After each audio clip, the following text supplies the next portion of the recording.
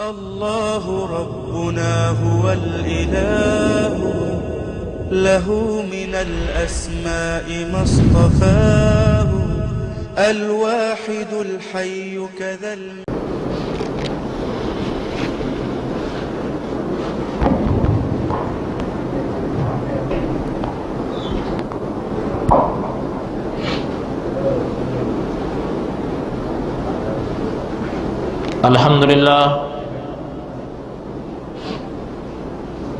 الحمد للہ رب العالمین، الصلاة والسلام علی سید الانبیاء والمرسلین، اما بعد، اعوذ باللہ من الشیطان الرجیم، بسم اللہ الرحمن الرحیم۔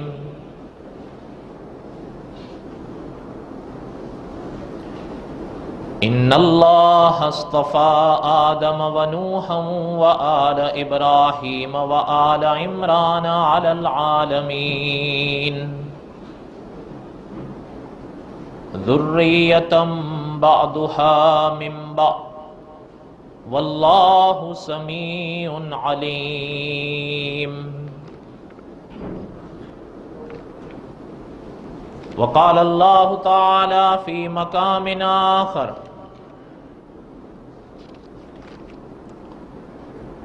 فَأَزَلَّهُمَا الشَّيْطَانُ عَنْهَا فَأَخْرَجَهُمَا مِمَّا كَانَا فِيهِ وَقُلْنَا اهْبِطُوا بَعْضُكُمْ لِبَعْضٍ عَدُوٌّ وَلَكُمْ فِي الْأَرْضِ مُسْتَقَرٌّ وَمَتَاعٌ إِلَىٰ حِينٍ۔ فَتَلَقَّىٰ آدَمُ مِن رَّبِّهِ كَلِمَاتٍ فَتَابَ عَلَيْهِ إِنَّهُ هُوَ التَّوَّابُ الرَّحِيمُ۔ قُلْنَا اهْبِطُوا مِنْهَا جَمِيعًا فَإِمَّا يَأْتِيَنَّكُم مِّنِّي هُدًى فَمَن تَبِعَ هُدَايَ فَلَا خوف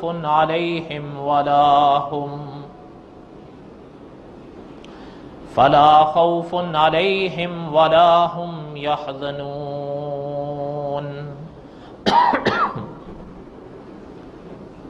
صدق اللہ العظیم وبلغنا رسولہ النبی الکریم ونحن علی ذلک لمن الشاہدین والشاکرین والحمد للہ رب العالمین۔ اللہم صل علی محمد وعلی آل محمد کما صلیت علی ابراہیم وعلی آل ابراہیم انک حمید مجید۔ اللہم بارک علی محمد وعلی آل محمد کما بارکت علی ابراہیم وعلی آل ابراہیم انک حمید مجید۔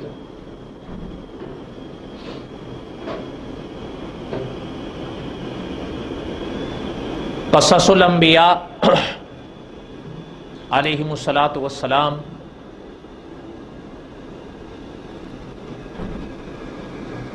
ہم پڑھ رہے تھے۔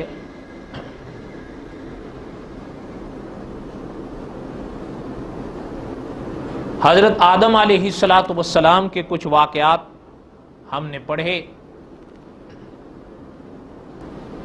یہاں تک ہم پہنچے تھے کہ حضرت آدم علیہ السلام کو اللہ تعالی نے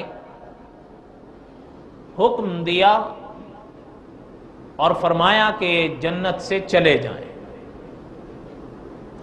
حضرت آدم علیہ السلام اللہ ذوالجلال والاکرام کا یہ حکم سن کر روئے، اللہ تعالیٰ سے معافی مانگی، اور قرآن پاک بتاتا ہے کہ فَتَلَقَّىٰ آدم مِن رَبِّهِ كَلِمَاتٍ فَتَابَ عَلَيْهِ، اللہ تعالیٰ نے حضرت آدم علیہ السلام کو چند کلمات سکھائے کہ یہ پڑھیں اور ہم سے معافی مانگیں، اور مشہور فرمان کے مطابق علماء مفسرین نے لکھا ہے کہ وہ کلمات ربنا ظلمنا انفسنا یہ والی آیت تھی،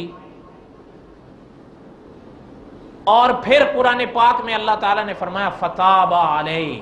اس کا معنی علماء مفسرین نے لکھا ہے کہ اللہ تعالیٰ نے حضرت آدم کی توبہ کو قبول فرمایا. اور یاد رکھیے گا کہ ساتھ ہی میں مفسرین نے یہ بھی وضاحت فرمائی ہے کہ جہاں حضرت آدم کی توبہ قبول ہوئی، جہاں حضرت آدم نے معافی مانگی اور توبہ قبول ہوئی، وہیں حضرت حوا نے بھی معافی مانگی اور توبہ قبول ہوئی. یہ ہے کہ الگ سے اللہ تعالیٰ نے یہاں پر ان کو بیان نہیں فرمایا، لیکن صیغہ جو ہے ربنا ظلمنا انفسنا وہ، اور دوسری وضاحت کے مطابق علماء مفسرین نے لکھا ہے کہ حضرت آدم کی بھی توبہ قبول ہوئی اور حضرت حوا کی بھی توبہ قبول ہوئی. قُلْ نَهْبِطُوا مِنْهَا جَمِيعًا فَإِمَّا يَأْتِيَنَّكُم مِّنِّي هُدًى فَمَن.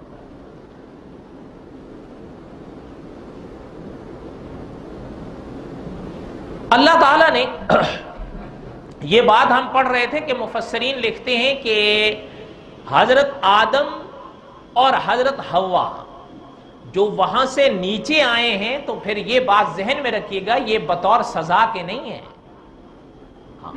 فتاب علیہ کے بعد پھر یہ کیسے ہو سکتا ہے؟ جب اللہ تعالیٰ نے معافی فرما دی تو بات ختم ہو گئی. یہاں یہی وجہ ہے کہ علماء مفسرین نے لکھا ہے، اور مفتی محمد شفیع صاحب رحمۃ اللہ علیہ نے بھی اپنی تفسیر میں لکھا ہے کہ یہ جو فرمان ہے نا کہ یہاں سے چلے جاؤ، یہ سورت بقرہ میں ہی اللہ تعالیٰ نے مقرر بیان فرمایا ہے. پہلے فرمایا نکل جاؤ، اس کے بعد پھر توبہ کا واقعہ ہوا اور پھر فرمایا کہ نکل جاؤ. تو اب علماء مفسرین نے لکھا ہے کہ یہ جو دوسری مرتبہ اللہ نے فرمایا نا کہ قُلْ نَهْبِطُوا مِنْهَا جَمِيعًا، تو یہ اسی لیے فرمایا کہ اب وہ بات ختم ہو گئی سزا والی یا ناراضگی والی. اب تو اللہ تعالیٰ نے توبہ کو قبول فرمایا، اور اب اللہ تعالیٰ نے جو حضرت آدم کو حضرت حوا کو زمین پر بھیجا ہے یہ بطور اعزاز کے ہے.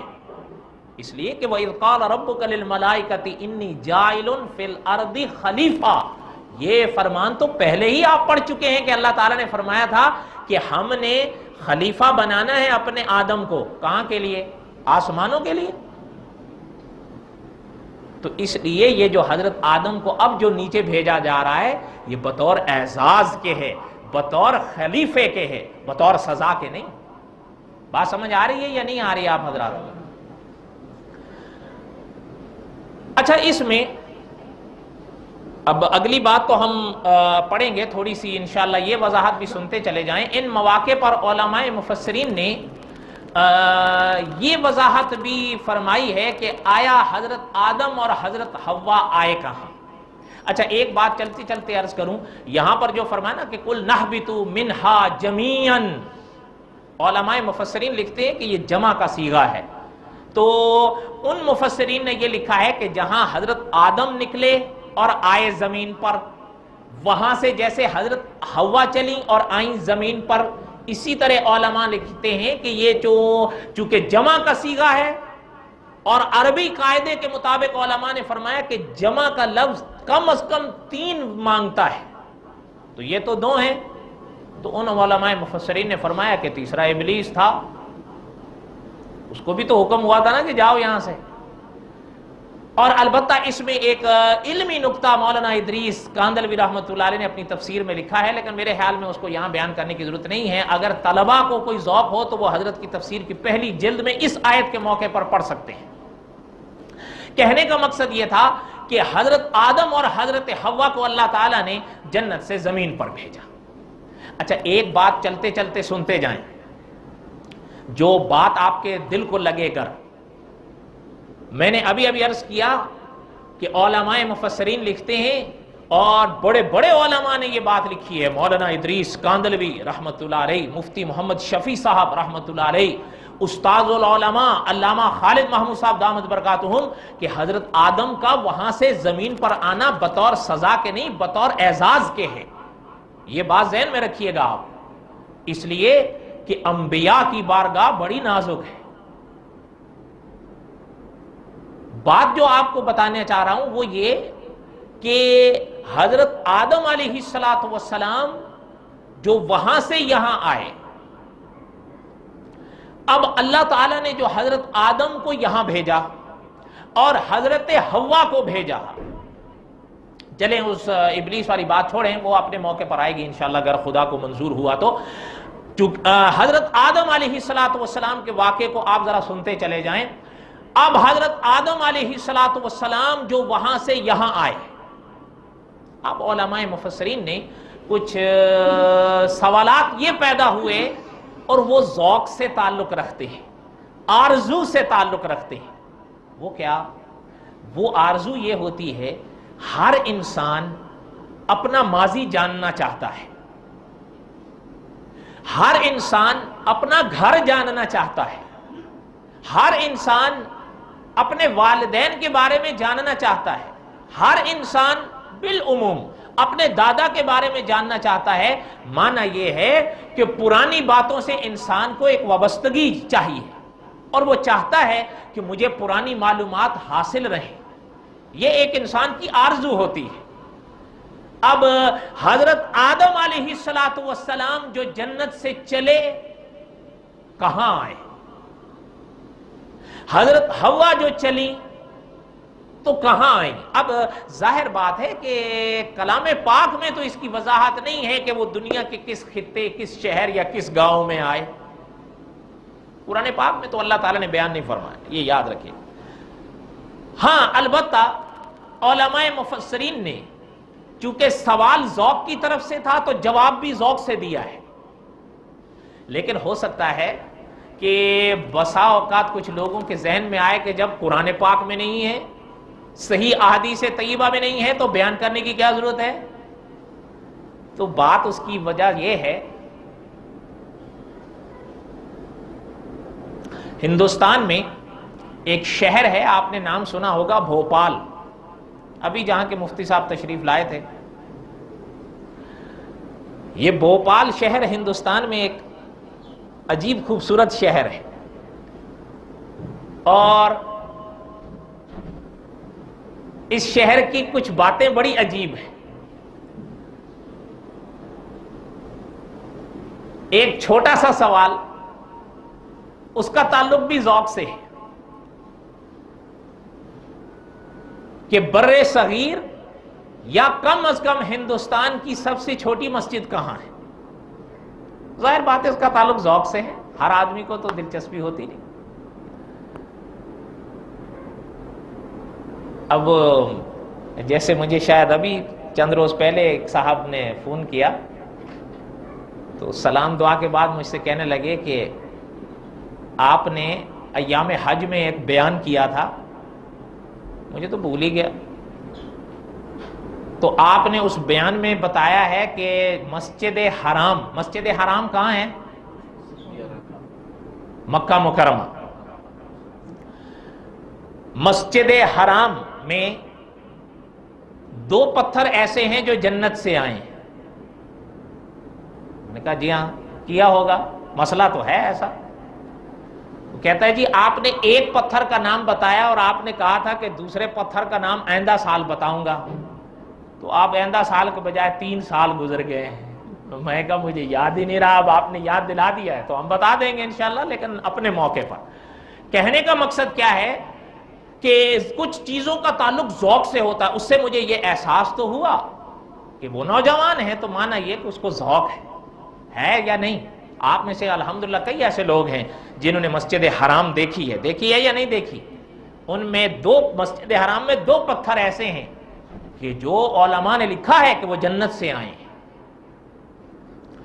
اچھا خیر، کہنے کا مقصد یہ تھا کہ بھئی کم از کم بر صغیر یا بھوپال ہندوستان کی سب سے چھوٹی مسجد کہاں ہے؟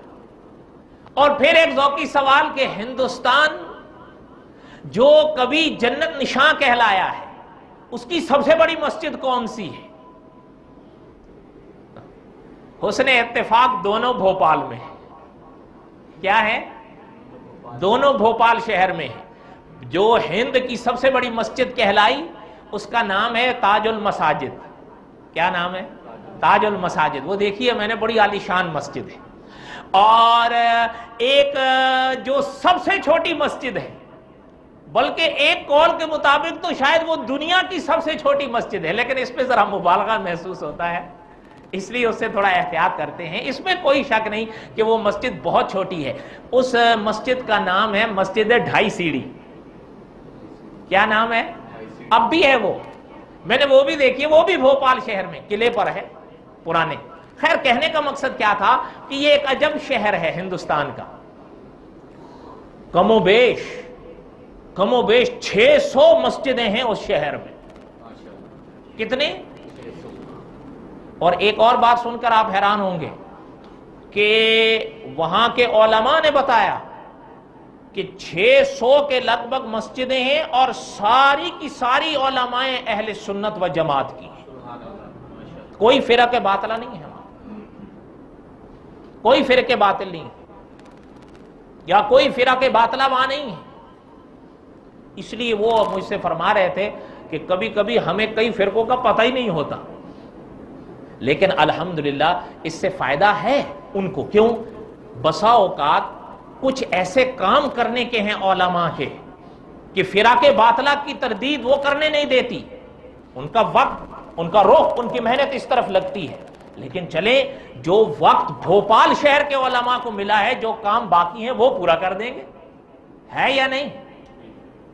اب جس مسئلے پر مفتی رحیم اللہ صاحب نے یہاں گزشتہ اتوار کو درس دیا، قرآن پاک، احادیث طیبہ اور جانور، اب آپ خود بجائیں کیسا موضوع ہے؟ کبھی آپ کو اتفاق ہوا ایسا جامع بیان سننے کا؟ اس لیے کہ ان کو الحمدللہ دوسری چیزوں سے فرصت ہے، اور وہ الحمدللہ اپنے وقت کو قیمتی بنا رہے ہیں۔ خیر، میرے کہنے کا مقصد یہ تھا کہ کچھ سوالات کا تعلق ذوق سے ہوتا ہے۔ اب ذوق یہ چیز پوچھتا ہے کہ حضرت آدم کہاں آئے اور حضرت حوا کہاں آئیں، تو جو بات بھوپال شہر کے عرض کر رہا تھا، بھوپال شہر میں ایک عالم گزرے ہیں، فوت ہو گئے، یعنی عرصہ گزر گیا، اور یہ جو کتاب جس کا میں ذکر کرنے چلا ہوں، اس کتاب کو بھی لکھے آج لگ بھگ 35 سال گزر گئے ہیں۔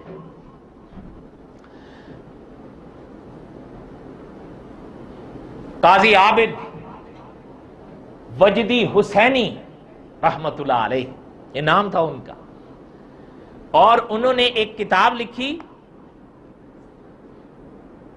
اس کتاب کا نام ہے ہندوستان اسلام کے سائے میں۔ کیا نام ہے؟ ہندوستان اسلام کے سائے میں۔ اس میں حضرت نے اس سوال کا جواب لکھا ہے کہ اگر حضرت آدم اور حضرت حوا کے جنت سے نکلنے کے بعد دنیا کے کس خطے پر نزول ہوا ہے، اس کی وضاحت قرآن یا احادیث طیبہ میں نہیں ہے، تو پھر کیا ضرورت ہے اس کو بیان کرنے؟ تو حضرت نے اس کے 2 جواب لکھے۔ ان میں سے ایک تو یہ کہ حضرت نے فرمایا کہ انسان کی آرزو یہ ہے کہ وہ اپنے پچھلے آثار جاننا چاہتا ہے، ایک تو یہ۔ دوسری بات حضرت نے یہ لکھی کہ ظاہر بات ہے، جہاں بات آئے گی عقیدے کی، جہاں بات آئے گی عمل کی، تو ان دونوں میں تو ہم محدثین علماء کے وہ کڑے اور سخت اصول استعمال کریں گے، اس لیے کہ عقیدہ سب سے اونچی بات ہے، اور عقیدے کے بعد نمبر آتا ہے عمل کا، اس لیے جو بات جتنی اہم ہوگی اس کے لیے شرط بھی اتنی ہی سخت چاہیے، تاکہ عقیدہ بگڑنے نہ پائے، تاکہ کوئی عمل بگڑنے نہ پائے۔ بات سمجھ آ رہی ہے یا نہیں آ رہی ہے؟ لیکن جس بات کا تعلق ذوق سے ہوگا تو حضرت نے لکھا کہ پھر ہم ان روایات کو جو اس ذوق کا جواب دیتی ہوں اور کلام پاک اور احادیث طیبہ سے بھی نہ ٹکراتی ہوں، تو پھر ہم ان کا حل ان روایات سے لے سکتے ہیں جو محدثین کی سخت شرطوں پر نہ اتر سکیں، لیکن پھر بھی ایسا نہیں کہ وہ موضوع ہوں، ان میں جب تسلیم کرنے کی کوئی نہ کوئی گنجائش ہے تو ذوق کے حد تک ہم اس کو قبول کریں۔ بات سمجھ میں آئی یا نہیں آئی؟ میں نے ایک اشارہ کر دیا ہے، طلبہ اگر باقی تفصیلات پڑھنا چاہتے ہیں تو حضرت کی اس کتاب میں پڑھ سکتے ہیں، ہندوستان اسلام کے سائے میں حضرت نے تفصیلاً اس بات کا لکھا ہے جواب۔ اچھا، جو بات آپ کو بتانی تھی وہ یہ کہ کلام پاک میں تو اللہ نے فرمایا کہ قُلْ نَهْبِطُوا مِنْهَا جَمِيعًا، حضرت آدم اور حضرت حوا کو اللہ تعالیٰ نے حکم فرمایا کہ اب آپ یہاں سے چلے جاؤ، اور ان کا اترنا زمین پر اس دنیا سے بطور اعزاز کے تھا۔ اور اب یہ سوال جو ذوق سے تعلق رکھتا ہے کہ حضرت آدم اور حضرت حوا کہاں آئے، تو حضرت وجدی حسینی رحمت اللہ علیہ اور دوسرے علماء مفسرین نے بھی لکھا ہے کہ کئی اقوال ملتے ہیں، لیکن جب انتخاب جن کا زیادہ علماء مفسرین نے کیا اور بالخصوص حضرت وجدی حسینی رحمت اللہ علیہ نے کیا، اور اس پر حضرت حسن بصری رحمت اللہ علیہ کا فرمان بھی پیش کیا، اور وہ یہ کہ حضرت آدم علیہ السلام کو اللہ نے جو جنت سے بھیجا تو دنیا کے اس خطے پر حضرت آدم آئے جسے دنیا اب سری لنکا کہتی ہے، اور پرانی کتابوں میں اس کا نام سراندیپ ملتا ہے۔ کیا ملتا ہے؟ یہ وہی سراندیپ ہے جسے آج دنیا سری لنکا کہتی ہے۔ اور حضرت آدم علیہ السلام جو وہاں پر نازل ہوئے ہیں، یہ جو حضرات لنکا کے ہیں یا جن کا اتفاق اس طرف ہوا جانے کا وہ جانتے ہیں، لنکا میں باقاعدہ ایک وادی ہے بہت بڑی، اس کو کہا جاتا ہے کوہ آدم۔ کیا کہا جاتا ہے؟ پہاڑ ہے، وہ پورا وادی ہے۔ اچھا، مزے کی بات یہ ہے کہ کئی اور بھی ہیں، ان کو وہ اپنی طرف نسبت کرتے ہیں یا اپنی نسبت اس پہاڑ کی طرف کرتے ہیں، لیکن حضرت وجدی حسینی رحمت اللہ علیہ نے لکھا ہے کہ نامعلوم زمانے سے نسلن بعد نسلن وہ وادی کوہ آدم ہی کہلائی ہے، اور آج بھی وہ کوہ آدم ہی کہلاتی ہے، اور اس کو انگلش میں آدم سپیک کہا جاتا ہے۔ کیا کہا جاتا ہے؟ آپ اگر نیٹ پر بھی لگائیں تو آپ کو اس کی تصاویر نظر آئیں گی۔ پہاڑ ہے وہ، اس وادی میں ایک پہاڑ ہے وہ، یعنی ہمیں یاد ہے وہ کیسے گئے تھے ہم وہاں پر، اس پہاڑ کی چوٹی پر ایک قدم کا نشان ہے۔ کیا ہے؟ اب وہ نشان کا قدم، جو قدم کا نشان ہے وہ ایک مندر کے اندر ہے، اس کی بھی ایک تاریخ ہے، لیکن چھوڑیں، یہ تو موقع نہیں ہے ان بیانات کا۔ اچھا، وہ قدم کا جو نشان ہے نسلن بعد نسلن وہاں کے لوگوں میں، اور پھر انہی کے حوالوں سے جو علماء نے لکھا کہ وہ قدم کا نشان اسی طور پر بیان کیا گیا نسلن بعد نسلن کہ حضرت آدم جو وہاں سے اس زمین پر اترے ہیں تو حضرت آدم کا پہلا قدم اس پہاڑ پر پڑا ہے، اور وہ نشان قدم وہی ہے۔ یہ وہ مورخین لکھتے ہیں۔ بات سمجھ میں آ رہی ہے آپ حضرات کو یا نہیں آ رہی؟ روزہ تو نہیں ہے آپ لوگوں کا؟ میں نے کہا شاید ذی الحج کے روزے رکھ رہے ہوں آپ لوگ۔ اچھا، اللہ تعالیٰ کرم فرمائے۔ اچھا خیر، حضرت آدم علیہ السلام اب بھی لوگ جاتے ہیں وہ دیکھنے کے لیے، اور اچھا اس کا نام ہی آدم سپیک ہے، اور اردو میں اس کا کیا ترجمہ ہے؟ کوہ آدم۔ کیا؟ کوہ آدم ہے۔ اور ایک بات تو ہم انشاءاللہ آگے جا کر پڑھیں گے کہ جہاں یہ باتیں پتہ چلتی ہیں نا، وہاں یہ بھی تاریخ ہمیں بتاتی ہے حضرت ابن عباس رضی اللہ تعالی عنہما کے بھی حوالے سے کہ حضرت آدم سراندیپ میں آئے۔ کہاں آئے؟ اگلی بات سنیں۔ اچھا، ہو سکتا ہے کوئی اگر اختلاف کرے تو اس کا کچھ میں نے اشارہ کنایا کر دیا، ممکن ہے وہ کہیں کہ یہ روایات بخاری شریف کی شرائط پر نہیں ہے، مسلم شریف کی شرائط پر نہیں ہے، محدثین کی شرائط پر نہیں ہے، تو ہم آپ سے بضد بھی نہیں ہے، ہم نے اس کی وضاحت کر دی ہے، اگر آپ کا ذوق اسی پر ہے تو خدا کے سپرد کرتے ہیں۔ اچھا آگے، یہ تو ہو گیا حضرت آدم۔ حضرت آدم کا نزول ان فرامین کے مطابق کہاں ہوا؟ ایک دوسری بات، حضرت حوا، ان کے بارے میں علماء مفسرین لکھتے ہیں، علماء مورخین لکھتے ہیں کہ حضرت حوا کو اللہ تعالیٰ نے اس شہر میں بھیجا جو عرب کا شہر ہے جسے آج دنیا جدہ کہتی ہے۔ کیا کہتی ہے؟ یہ ہمارے بعض اکابر کی بڑی عجیب تحقیق ہے، وہ فرماتے ہیں کہ جدہ جیم کے زیر کے ساتھ دادی کو کہتے ہیں۔ کن کو کہتے ہیں؟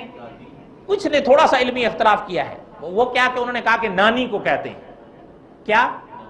چلے نانی ہو یا دادی ہو، لیکن ان اکابر نے فرمایا کہ یہ شہر جدہ جیم کی زیر کے ساتھ جو جدہ کہلاتا ہے تو اس کی وجہ یہی ہے کہ یہ آپ کی اور ہماری سب سے بڑی دادی کا شہر ہے۔ جنہیں حضرت حوا کہتے ہیں. اور یہ بھی شاید ہو سکتا ہے آپ سنیں, اس کی وضاحت تو میں انشاءاللہ آگے کروں گا, کہ پوری دنیا میں یعنی وہ بات نہیں ہے بخاری مسلم کی سند والی, لیکن مورخین کے بعض اقوال کے مطابق جو بڑے مشہور رہے ہیں کہ حضرت حوا کی قبر آج بھی جدہ شہر میں ہے. وہاں محلہ اشرفیہ بہت پرانا قبرستان ہے, اب تو وہ بند کر دیا گیا ہے, بہت پرانا ہے. آپ خود سوچیں کہ جس قبرستان میں بقول ان مورخین کے حضرت حوا کی قبر ہوگی تو وہ کتنا پرانا ہوگا. لیکن ہم نے ایسے علماء دیکھے اور ان سے ملے بھی, ذوق کی بات ہوتی ہے, کوئی فرائض واجبات سنن کی نہیں, ایسے علماء دیکھے جنہوں نے حضرت حوا کی طرف جو قبر منسوب ہے اس کی زیارت کی ہے. آپ نے بھی کی ہے, لے ماشاءاللہ دیکھیں. تو کہنے کا مقصد یہ, خیر یہ ان کی وضاحت تو انشاءاللہ آگے آئے گی جب حضرت آدم کی قبر پر ہم بات کریں گے. کہنے کا مقصد یہ ہے کہ علماء نے فرمایا کہ حضرت آدم علیہ السلام کا نزول ہند میں ہوا, جسے دنیا سراندیپ اور اب سری لنکا کہتی ہے, اور حضرت حوا کا نزول ہوا جدہ میں. کہاں ہوا؟ جدہ میں. اب ان کا جو ملن ہوا ہے وہ انشاءاللہ آگے آئے گا. اچھا آگے بھی بات سن لیں, علماء مفسرین نے ایک اور باتیں بھی بڑی عجیب لکھی ہیں. ظاہر ہے ان باتوں کا تعلق بھی ذوق سے ہے, تاریخ سے ہے, کوئی عقائد سے نہیں. ہاں اس لیے ان علماء مورخین بہرحال روایات ہیں جو انہوں نے لکھی ہیں, اور وہ یہ لکھتے ہیں جب حضرت آدم چلے تو اللہ تعالیٰ کی جانب سے جنت سے کچھ تحفے ان کو دیے گئے. وہ تحفے کیا تھے؟ ان میں فرمایا گیا کہ ایک تو تحفہ جنت کا خوشبو دی گئی. کیا دی گئی؟ خوشبو دی گئی. اس لیے یہ سبق دیا جاتا ہے کہ جب آپ کو کوئی خوشبو پیش کرے, جب آپ کو کوئی پھول پیش کرے تو اس کو کبھی انکار مت کیا کرو, اس کو قبول کیا کرو, اس لیے کہ یہ جنت سے آئی ہوئی ہے. سمجھ آئی بات؟ یہی بات اگر چلتے چلتے ایک کہہ دوں, شیخ العرب والعجم حضرت شیخ محمد مکی صاحب نے فرمایا کبھی اگر آپ کو کوئی دودھ پیش کرے اس کو انکار مت کرو. ہاں کبھی کبھی ایسا ہوتا ہے کہ آپ کے اور ہمارے وجود میں کوئی ایسی بیماری ہو سکتی ہے جو ہمارے لیے شاید ہم دودھ پئیں تو بیماری میں اضافہ ہو یا نقصان ہو, تو حضرت فرماتے ہیں انکار پھر بھی نہیں کرو, صرف چکھ لو اس کو تاکہ سنت پوری ہو جائے. بات سمجھ میں آ رہی ہے یا نہیں آ رہی ہے آپ حضرات؟ پتہ نہیں آپ حضرات حیران ہوتے ہیں مجمع میں یا پریشان ہوتے ہیں, یہ آج تک میں 4-5 سالوں میں نہیں سمجھ سکا. اچھا حضرت آدم علیہ السلام یہ لے کر وہاں چلے. اچھا کچھ علماء مفسرین نے ایک اور معنی بھی کیا ہے, وہ یہ کہتے ہیں کہ کلام پاک میں سورۃ اعراف میں حضرت آدم کے جس لباس کا ذکر ہے وہ حضرت آدم کے وجود پر تھا جب حضرت آدم اس دنیا پر اترے ہیں, اور سراندیپ کی جس وادی پر حضرت آدم آئے تو پھر جب دنیا کی ہوا لگنے لگی تو وہ پتے خشک ہونے لگے, اس لیے کہ وہ لباس پتوں کا تھا. جب وہ خشک ہو کر بکھرنے لگے تو جہاں جہاں حضرت آدم چلتے تھے وہ پتے بکھرتے جاتے تھے, اور وہیں سے خوشبودار پودوں کا جنم ہوا ہے. بعض علماء نے یہ بھی لکھا ہے, ممکن ہے کہ کوئی اس کا اختلاف کرے لیکن روایات تو ہیں. اچھا ایک چیز اور بھی بڑی بات ہے, علماء مفسرین لکھتے ہیں ہتھوڑا. کیا؟ ہتھوڑا. یہ بھی حضرت آدم کو دیا گیا کہ آپ لے کر اس کو جائیں تاکہ اس کے ذریعے کام کریں دنیا میں. کیا کریں؟ کام کریں یا آرام کریں؟ کیا خیال ہے آپ کا؟ سوچ لیں. حلال روزی بڑی نعمت ہے, محنت کی روزی بڑی نعمت ہے. ایک بات ضمناً عرض کر دوں, آپ صلی اللہ علیہ وسلم کے پاس محدثین لکھتے ہیں ایک صحابی آئے, ملاقات ہوئی, حضور علیہ السلام نے مصافحہ کیا تو ہاتھ سخت محسوس ہوئے. آپ صلی اللہ علیہ وسلم نے فرمایا آپ کے ہاتھ سخت کیوں ہیں؟ انہوں نے فرمایا آقا میں لوہار ہوں, لوہے کا کام کرتا ہوں, اپنے لیے اپنے گھر والوں کے لیے محنت کرتا ہوں, اس کی عوض روزی کماتا ہوں. تو پتہ ہے علماء فرماتے ہیں کہ آپ صلی اللہ علیہ وسلم نے ان کے ہاتھ کو چوم لیا.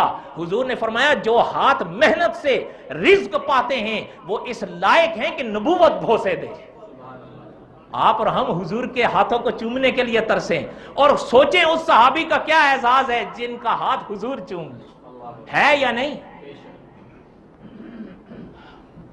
اچھا خیر یہ تو ضمناً بات آئی. اب حضرت آدم علیہ السلام کو اچھا ایک چیز اور اکابر نے فرمایا کہ بعض علماء نے شاہ عبدالعزیز محدث دہلوی رحمۃ اللہ علیہ کے حوالے سے لکھا ہے کہ جب حضرت آدم جنت سے چلنے لگے تو حضرت آدم علیہ السلام کو ایک 1000 پھلوں کے بیج دیے گئے کہ آپ دنیا میں جب اتریں تو زمین پر اس کو کاشت کر دیں. تو ان علماء لکھتے ہیں کہ یہ روایت جو پیش کی گئی ہے، بعض نے تھوڑا عدد کے ساتھ اختلاف کیا ہے، انہوں نے کہا کچھ کم تھے، بعض نے فرمایا نہیں 1000 تھے، واللہ عالم بحقیقت الحال، لیکن بیج تھے یہ روایت بتاتی ہے. پھر ساتھ میں ان علماء نے فرمایا کہ وہ پھلوں کے بیج تھے، یہ بو دیے گئے. ان علماء لکھتے ہیں کہ آج دنیا میں آپ اور ہم جو پھل کھاتے ہیں یہ انہی پھلوں کی صورت ہے. بات سمجھ آ رہی ہے نہیں؟ ایک بات چلتے چلتے بتاؤں آپ کو. انار دیکھا ہے کبھی آپ نے؟ قرآن پاک میں کن کن جانوروں کا ذکر ہے یہ تو آپ نے اس دن سنا. قرآن پاک میں کچھ پھلوں کا بھی ذکر ہے جو اللہ تعالیٰ نے قرآن پاک میں بیان فرمائے. ان پھلوں میں ایک پھل انار ہے جس کا ذکر اللہ تعالیٰ نے قرآن پاک میں کیا ہے. کیا ہے؟ انار ہے. اچھا، انار کو کبھی آپ نے اندر سے دیکھا ہوگا، انار کے اندر دانے ہوتے ہیں یا نہیں؟ ہوتے ہیں نا. اچھا، کبھی آپ اوپر غور کرو. حضرت ابن عباس رضی اللہ تعالی عنہما کے بارے میں مفسرین نے لکھا ہے، اور مفتی امداد اللہ انور صاحب نے بھی اپنی کتاب میں اس بات کو لکھا ہے. حضرت ابن عباس رضی اللہ تعالی عنہما کی خدمت میں ایک دفعہ انار پیش ہوا تو ایک دانہ نیچے گرا ہوا تھا. حضرت ابن عباس رضی اللہ تعالی عنہما جو دانہ نیچے گرا ہوا تھا اس کو اٹھا کر کھا لیا. سامنے والا بڑا حیران ہوا، وہ کہنے لگا حضرت اتنی کشش؟ تو حضرت ابن عباس نے فرمایا بھائی اصل میں دنیا کے ہر انار کے اندر جو دانے ہوتے ہیں ان میں خدا نے ایک جنت کا دانہ رکھا ہوتا ہے. کیا پتا وہ یہی ہو، اس لیے میں نے کھا لیا. سبحان اللہ. کوئی سمجھ آ رہی ہے آپ کو یا نہیں؟ کبھی آپ انار کھائیں گے، حضرت ابن عباس رضی اللہ تعالی عنہما کا یہ فرمان یاد کر لیا کریں، پھر آپ ذوق سے کھائیں. کئی لوگ ہوتے ہیں نا وہ لوکی ذوق سے نہیں کھاتے. لوکی سمجھتے ہیں؟ کدو. اچھا، کئی طرح کے ہوتے ہیں، چھوٹا بھی ہوتا ہے، موٹا بھی ہوتا ہے، لمبا بھی ہوتا ہے. کئی لوگوں کو نہیں وہ ہوتا. ایک چیز سے ہمیشہ یاد کر کے اس کو کھایا کریں کہ سبزیوں میں علماء لکھتے ہیں حضرت محمد الرسول اللہ کو سب سے زیادہ کدو پسند صلی اللہ علیہ وسلم. صحابہ فرماتے ہیں آپ صلی اللہ علیہ وسلم کو سالن کے موقع پر اگر اس میں کدو ہو، حضور علیہ السلام کو کدو تلاش کر کے کھاتا دیکھا گیا ہے. اگر ایک انسان کا بالکل ہی دل نہیں کرتا تو وہ علماء فرماتے ہیں بس یوں کہہ دے بھائی میں نہیں کھاتا، اس سے زیادہ کچھ نہ کہے، اس سے زیادہ عیب نہ نکالے کہ یہ نقصان دہ ہے، یہ فلاں ہے، نہ. اس لیے کہ خدا نہ کرے کہیں محمد الرسول اللہ کی پسند کی چیز کی نافرمانی نہ کر بیٹھے، توہین نہ کر بیٹھے. سمجھ آئی بات یا نہیں؟ کبھی کدو پیش ہو اس نسبت سے کھا لیا کرو کہ حضرت محمد الرسول اللہ کو بہت پسند تھا، پھر لذت آ جائے گی. سمجھ آئی بات؟ اچھا، اسی حوالے سے علماء نے لکھا ہے کہ جہاں اللہ تعالیٰ نے یہ پھلوں کے بیج دیے، ان علماء نے لکھا کہ اللہ تعالیٰ نے حضرت آدم کو حجر اسود دیا. کیا دیا؟ حجر اسود دیا، جو مسجد حرام میں آج بھی نصب ہے، اور حاجی اور عمرے کرنے والے جاتے ہیں اور اس کو بھوسا دیتے ہیں، اور صحابہ نے بھی اس کو بھوسا دیا، اور حضرت محمد الرسول اللہ نے بھی اس کو. اور حقیقت تو یہی ہے کہ جیسے اہل دل نے فرمایا ہے نا کہ تیرے بھوسے کو دیتے ہیں ہم بھوسا، ورنہ مسلمان کے لیے کیا رکھا ہے پتھر میں. اور اگلی بات بھی سن لیں جسے مولانا عبد المعبود صاحب تاریخ مکہ المکرمہ میں لائے ہیں کہ آپ صلی اللہ علیہ وسلم نے فرمایا کہ یہ حجر اسود جنت کے یاقوتوں میں سے ایک یاقوت ہے، اس کو اللہ نے دنیا میں بھیجا. حضور نے فرمایا یہ اتنا منور تھا کہ اللہ تعالیٰ نے اس کے نور پر پردہ ڈال دیا ہے. اگر اللہ تعالیٰ اس کے نور کو چھپاتے نہیں تو یہ مغرب میں ہوتا تو مشرق روشن ہو جاتا، لیکن اللہ تعالیٰ کچھ چیزوں کو چھپا دیتے ہیں. سمجھ آئی بات؟ اور یاد رکھیے گا استاد العلماء علامہ خالد محمود صاحب نے جو بات لکھی ہے مقام حیات میں کہ جو پردہ خدا ڈالتا ہے پھر وہ نہ ہٹتا ہے نہ پھٹتا ہے. اس لیے آپ صلی اللہ علیہ وسلم نے فرمایا اللہ نے اس کے نور کو پردے میں کر دیا. اور وہاں پھر آگے بھی فرمایا کہ یہ دودھ کی طرح ایسے سفید تھا جیسا دودھ سفید ہوتا ہے، لیکن حضرت آدم کے بیٹوں نے اسے چوم چوم کر سیاہ کر دیا. علماء اس کی شرح میں لکھتے ہیں معنی یہ ہے کہ اس پتھر کے اندر اللہ نے وہ کشش رکھ دی ہے کہ یہ خود تو کالا ہو جاتا ہے لیکن چومنے والے کے دل کو روشن کرتا ہے. بات سمجھ آئی؟ اور آگے بھی مولانا عبد المعبود نے بڑی ایک عجیب بات لکھی ہے، یہ قصص الانبیاء چلتا رہے گا لیکن مل کے دعا کریں اللہ تعالیٰ حجر اسود کا بوسہ نصیب فرمائیں، اللہ تعالیٰ حرمین کی زیارتیں نصیب فرمائیں۔ حرمین شریفین میں یہ پتھر ایسا ہے، مولانا عبد المعبود حضرت محمد الرسول اللہ صلی اللہ علیہ وسلم کا فرمان لائے ہیں کہ حجر اسود کی شان یہ ہے کہ حجر اسود کو جس شخص نے بوسہ دیا وہ یوں سمجھے کہ میں نے خدا کے ہاتھ کو بوسہ دیا۔ اس لیے یہ بھی علماء فرماتے ہیں حضرت آدم لائے۔ کون لائے؟ حضرت آدم لائے۔ یہ کچھ چیزیں علماء نے لکھی ہیں جو حضرت آدم وہاں سے لائے۔ اللہ تعالیٰ نے موقع دیا تو انشاءاللہ باقی قصص الانبیاء اور حضرت آدم کو آگے ہم علیہ السلام کے واقعے کو آئندہ بیان کریں گے۔ اللہ تعالیٰ آپ سب کے ہم سب کے حامی و ناصر ہوں۔ وما علینا الا البلاغ المبین۔